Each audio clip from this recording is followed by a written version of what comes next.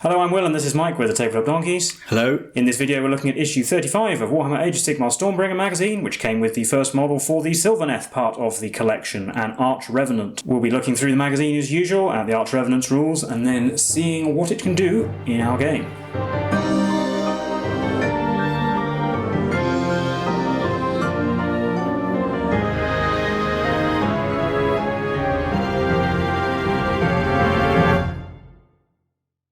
Having looked through the issue first, we'll start with some background on the Sylvaneth in general, of which the Arch-Revenant is of course a part. These are creatures made to guard the natural places of the mortal realms, made from life, magic and spiritual energy. They fight fiercely to protect the natural places of the mortal realms, and they are staunch opponents of chaos who of course seek to corrupt the very things that the Sylvaneths are sworn to protect. They were created by Alariel, the goddess of life, who you can see at the top there, who we've learnt about before, and her own power is made manifest in the Sylvaneth and suffuses them. Some of them, as you can see on the left, are tree-like creatures, like the Dryads and the Tree Lords, and some of those can be particularly vicious, especially when defending the forests, whereas others resemble sort of elves made of spiritual energy, and these are born from things called soul pods that were planted by Alariel, and if they're destroyed, then if their soul pods are replanted, they can grow again. Now we have the next part of our short story with Golmrog City Eater, who, having managed to strike a deal with Swamp Boss Scumdrek, has now ended up being captured by the Gloomspite Gits, having failed to trick them, and is being brought before Scragrot the Loon King.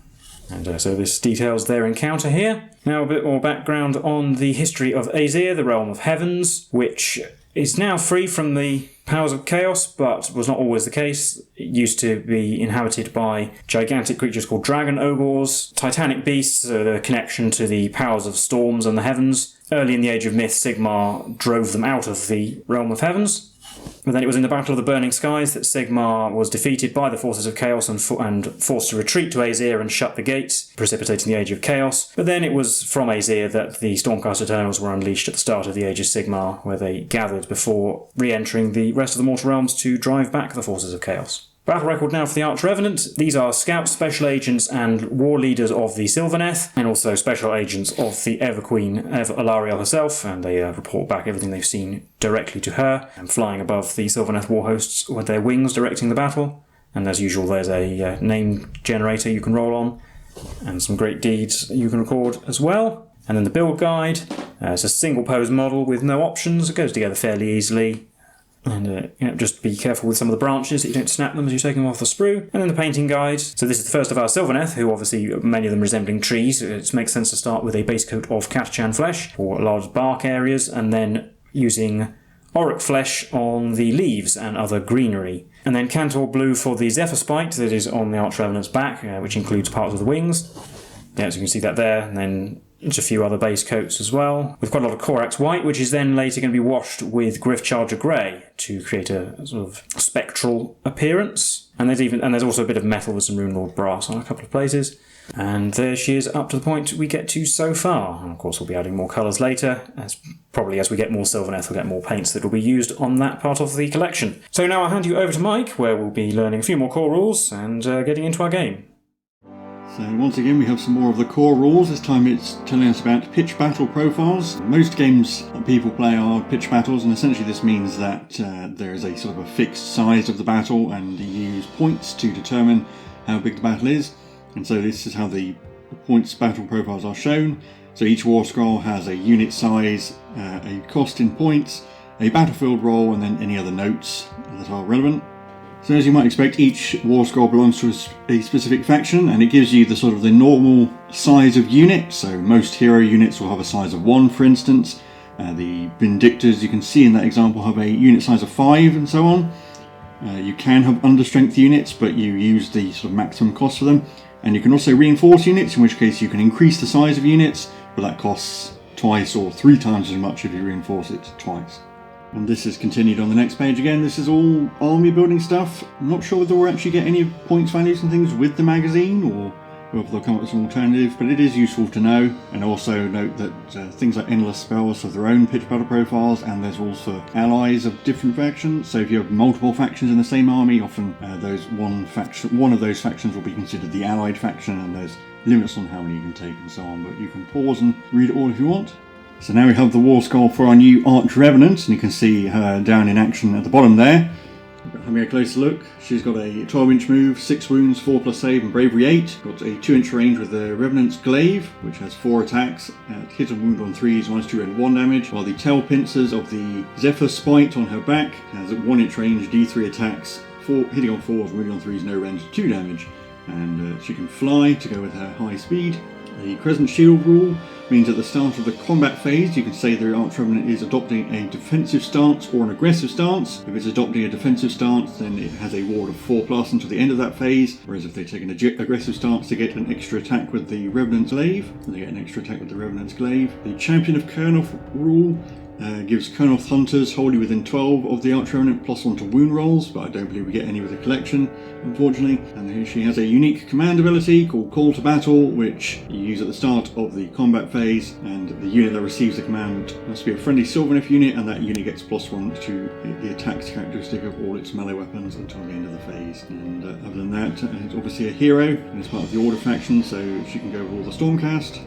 And then the next page is tutorials for the Crescent Shield, which is fairly self-explanatory, and Call to Battle, which is pretty self-explanatory as well. And obviously she can use that ability on herself if you really need to. So in our game, War in the Woods, the battle in Orgu has spilled over into a hidden grove belonging to the Sylvaneth, who are ancient allies of the Stormcast, but the Gloomspite Gits and the Cruel Boys are going to try and corrupt the grove, try and turn the Sylvaneth there against who should be their allies. So an Arch-Revenant has been sent by Alariel to assist the Stormcast in trying to reclaim this site. So for our forces, the Alliance of Order, we have the Arch-Revenant, the Knight Judicator, 5 Vigilors, 6 Griffhounds and 5 Vindictors, whereas the Alliance of Destruction, we have the Loom Boss, Zarbag and Zarbag's Gits, 20 Shooters and 10 Gut Rippers.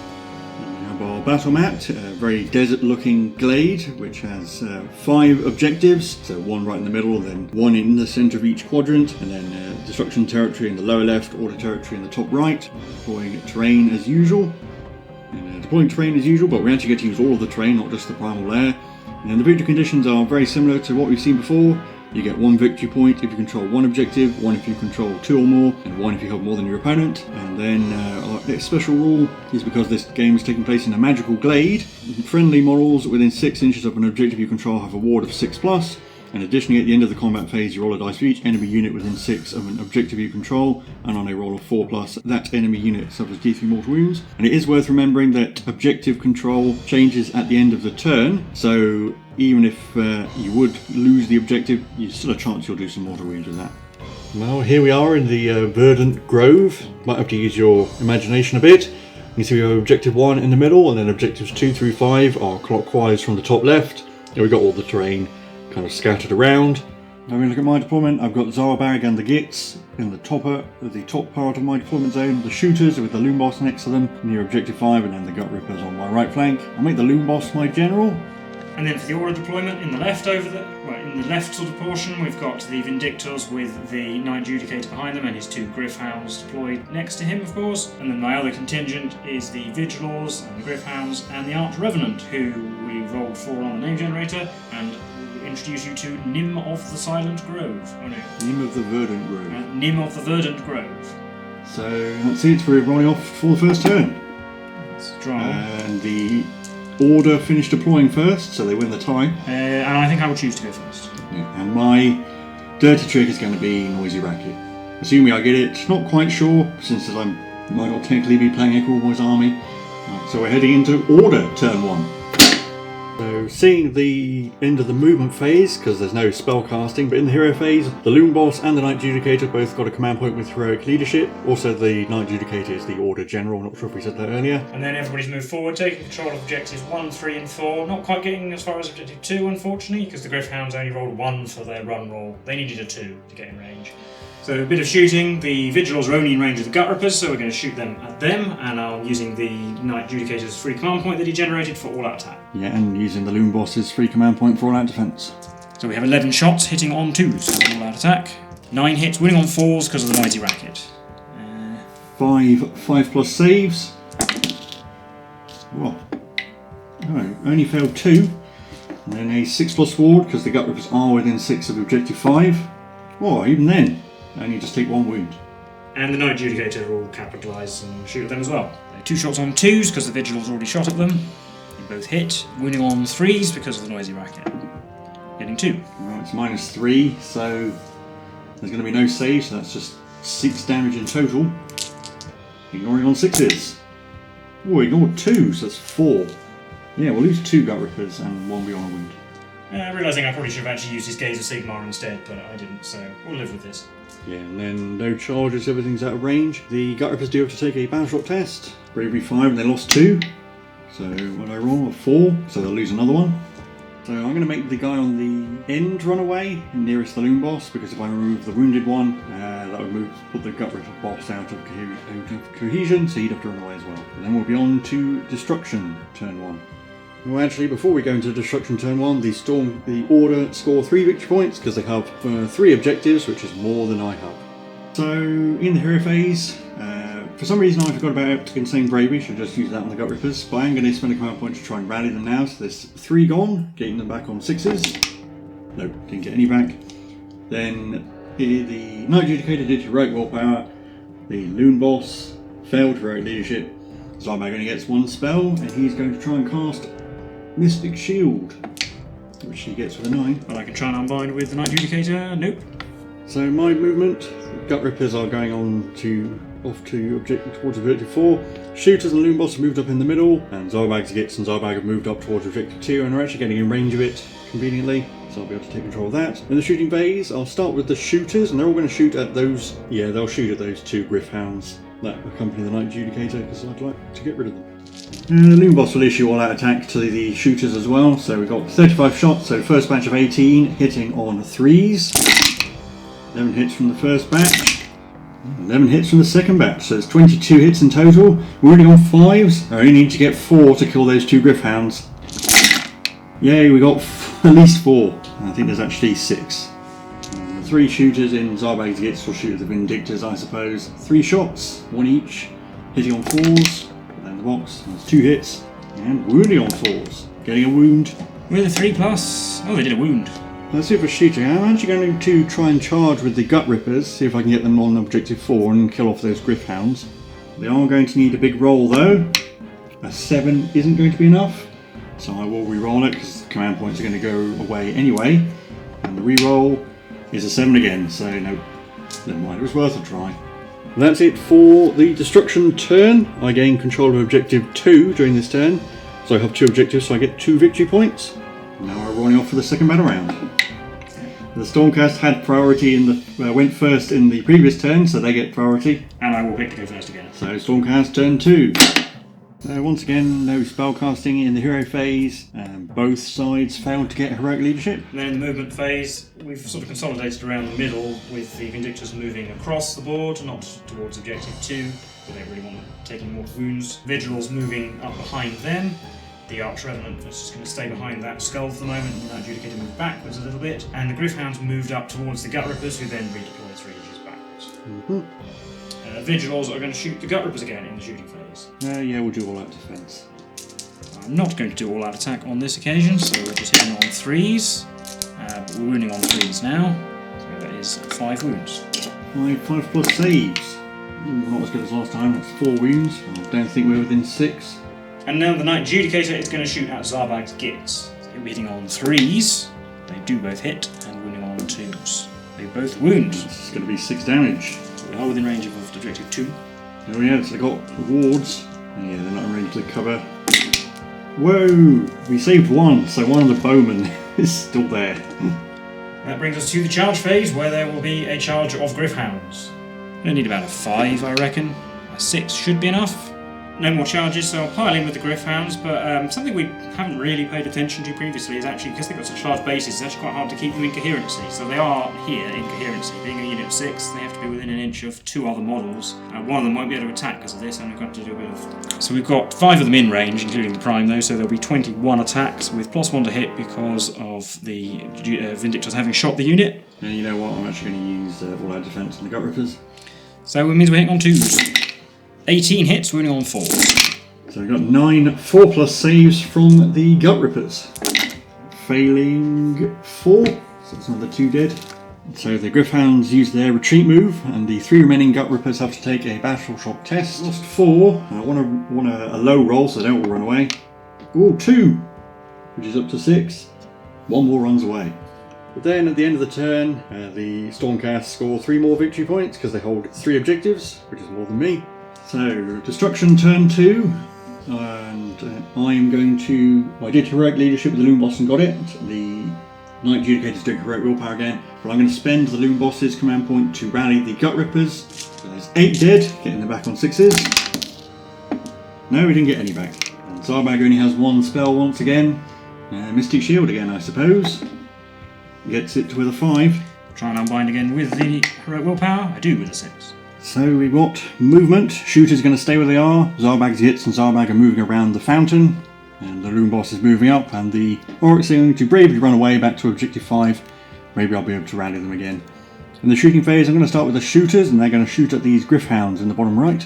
And I'm going to issue all out defense to the Griffhounds because a 6 plus save and a 6 plus ward might actually achieve something by the time we've got through all of these shots. Yeah, I'm not going to do all out attacks. So first batch of 18 hitting on 4s. 10 hits from the first batch. 10 hits from the first batch. 8 hits from the second batch. So 18 hits in total. Wounding on 5s. Getting 3 it looks like. Then we have our 6 plus save, thanks to all that defense, which I made 1 of, and then a 6 plus ward for being on an objective, which I made 1 of, so 1 wound. Didn't even kill a Griffhound. And the one remaining archer, he's going to shoot the Vindictors again. He missed.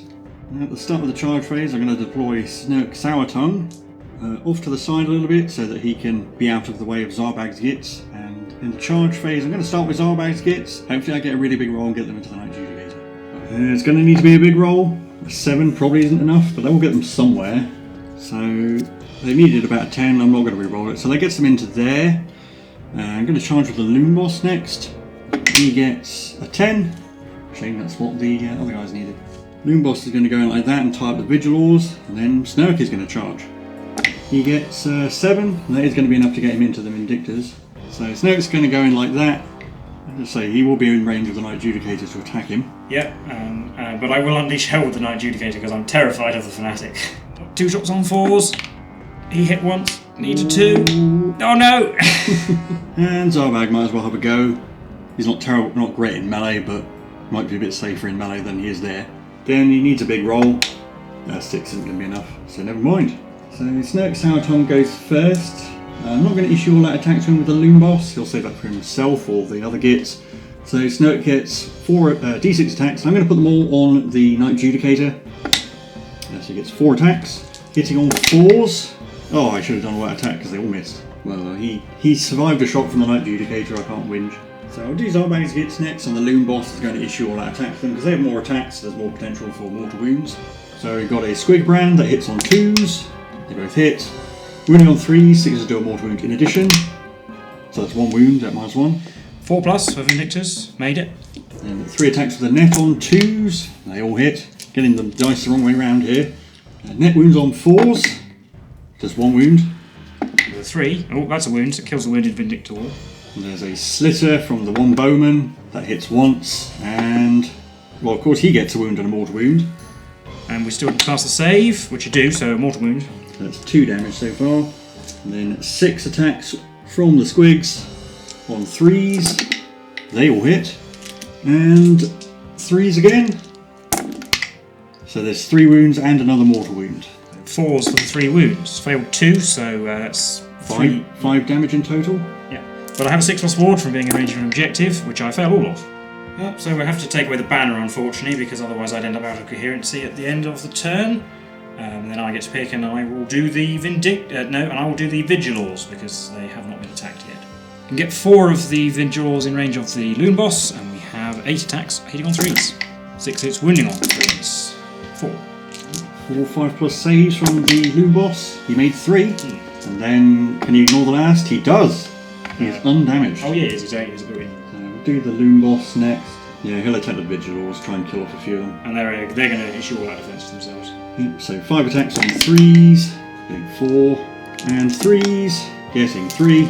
Shame I didn't give him more wounds. And then we're on a 4 plus save because 4 plus base, so we only take 1 wound. D3, 1. Which I ignore on a 6.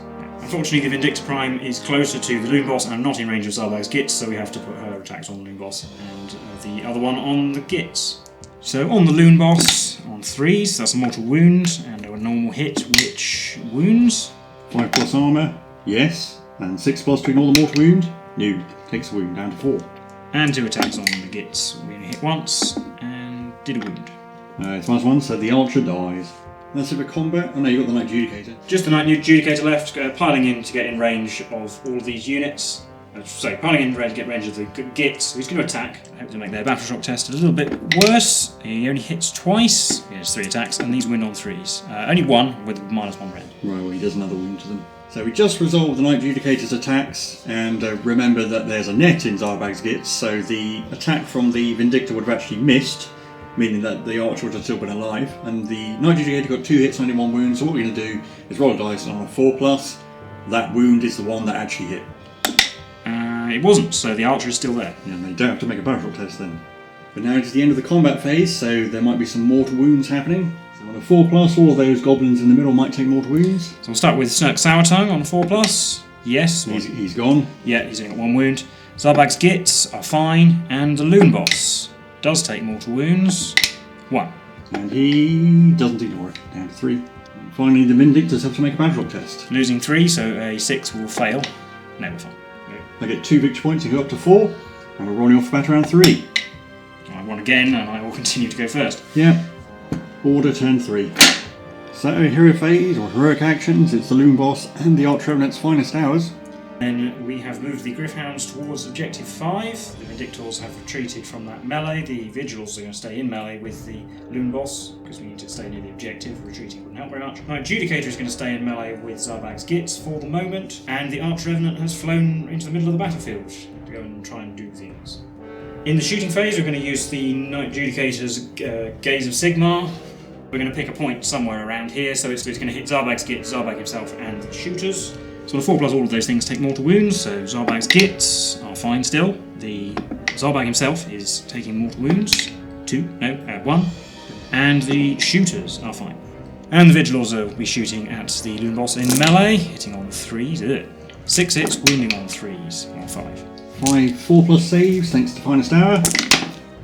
Made 3 of them, and didn't ignore any, he's down to 1. On to the charge phase, we're going to charge for the Arch-Revenant first. Getting a 7. Getting to there, going to take on Zarbag. Yeah, but the Grots are going to unleash hell, see if they can chip off, do some damage at the very least. So it's 5s and 5s, first batch of 18. Well, it's 3 hits. And only 3 from the first batch, and the batch of 17. Hey, 3 there as well. So a mighty 6 hits, wounding on 5s. Well, we got 2. That's about as many as we usually get. But she has a 3+ save because it's her finest hour.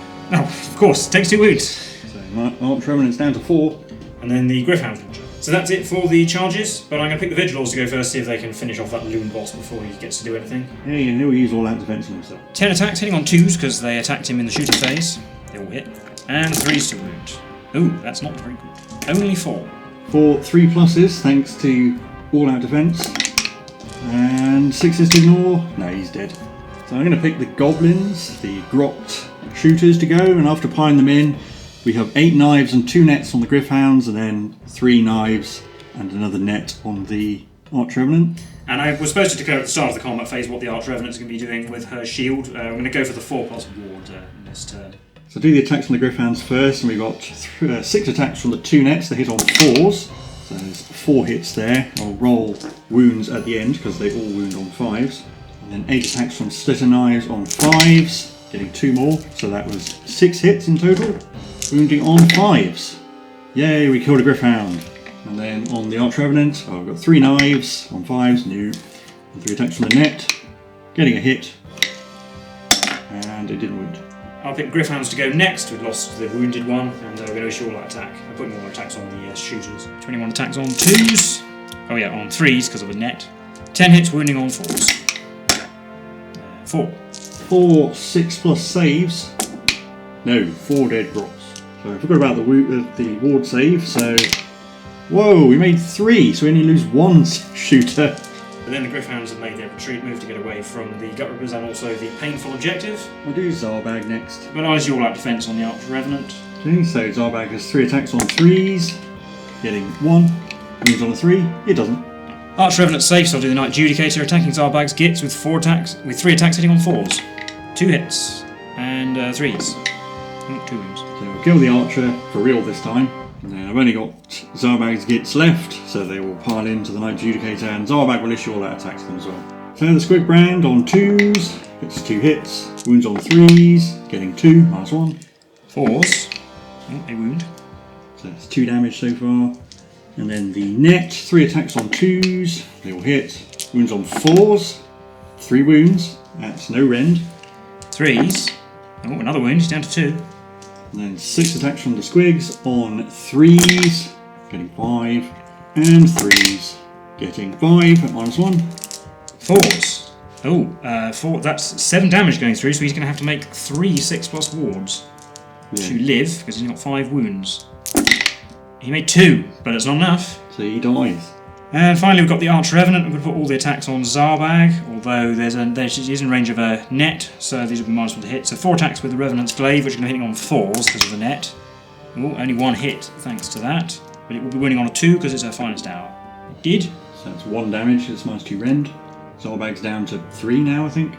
And D3 attacks from the Tail Pincers, 2, which are going to be hitting on 5s. 1 did, and wounding on a 2. It did, no rend. 6+ save for Zarbag. Yes. Oh. And that's all the fighting. Are some Battleshock tests to be made for the shooters and Zarbag's Gits though. At the end of the combat phase, Zarbag's Gits are still in range of Objective 1. So do 2 mortal wounds on a 4+. They do take some at last. 2. So we'll lose the Squig and wound the other one. And then Zarbag's Gits have lost 2. And the shooters also have to make Battleshock tests, so shooters lost 1. I think they're bravery 4. So they're okay. Huzzah! Zarbag's Gits are bravery 5 and lost 2, and they're alright.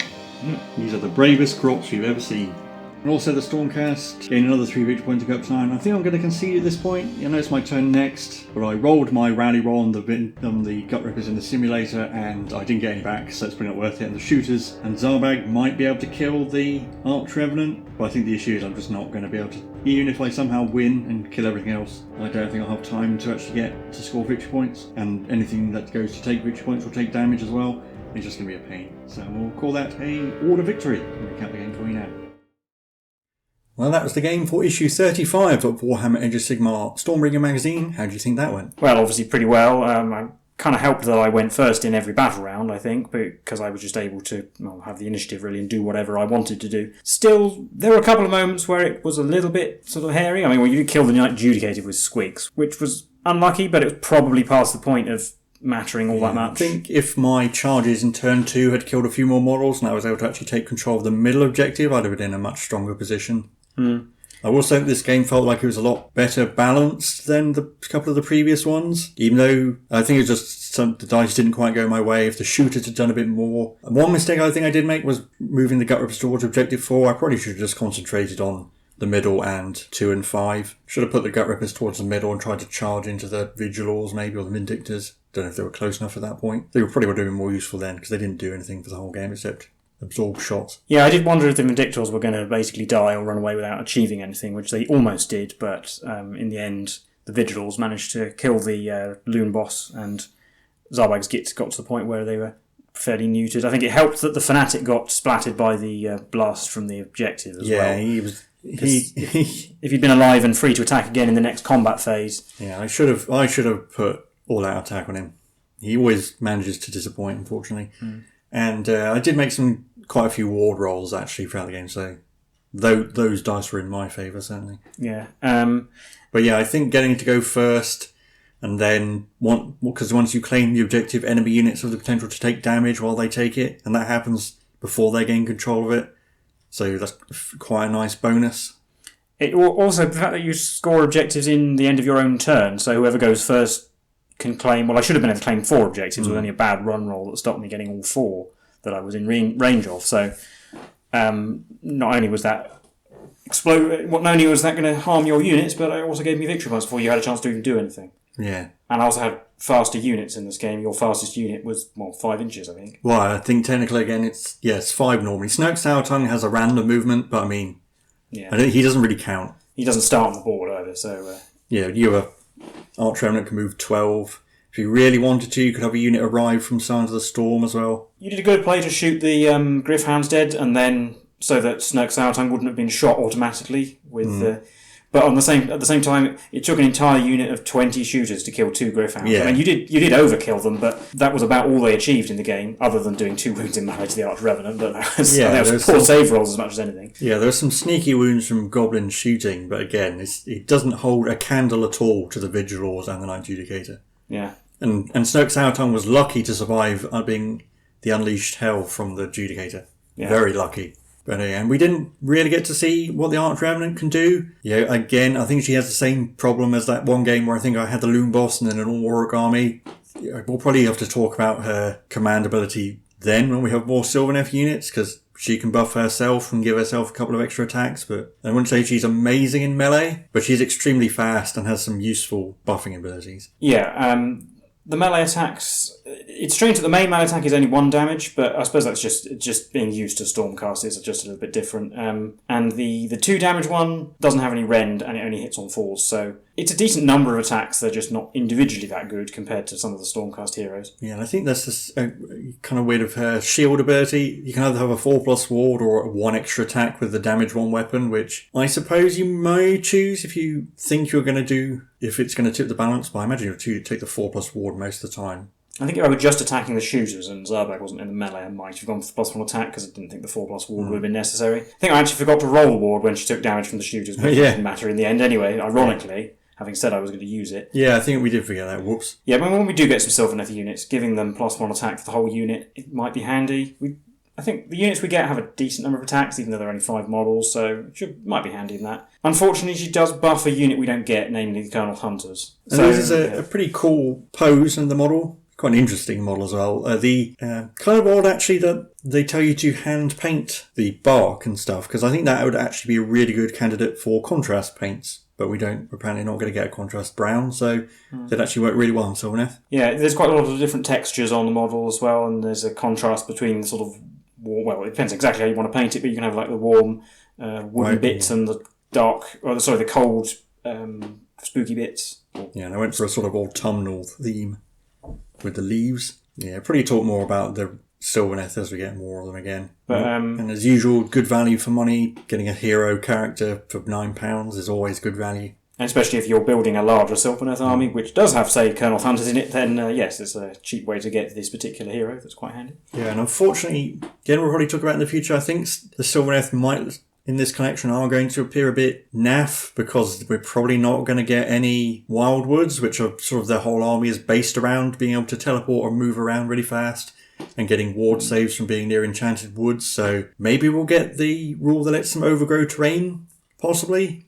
But if we don't, I think they might end up seeming quite weak compared to the Stormcast. And we'll have to see how they complement the Stormcast when we actually get some more units for it, because there's one hero doesn't really tell us much. And we did learn more of the core rules. It's all pitch battle stuff. Again, it's useful to have if you're trying to expand from the collection. I would probably actually be quite surprised if we learnt points values for any of the units in the collection. And if we do, it'll be towards the very end. So maybe we'll talk about more about them then. Otherwise, I think there's too much more to say about this game or this issue or the Arch-Revenant. So as always, if you like this content, leave a like and subscribe. Leave any comments. If you play Sylvaneth and you include the Arch-Revenant in your army, tell us what you use them for if you're planning to start Sylvaneth and so on. We've been the Tabletop Donkeys, and we'll see you in the next one. Bye for now.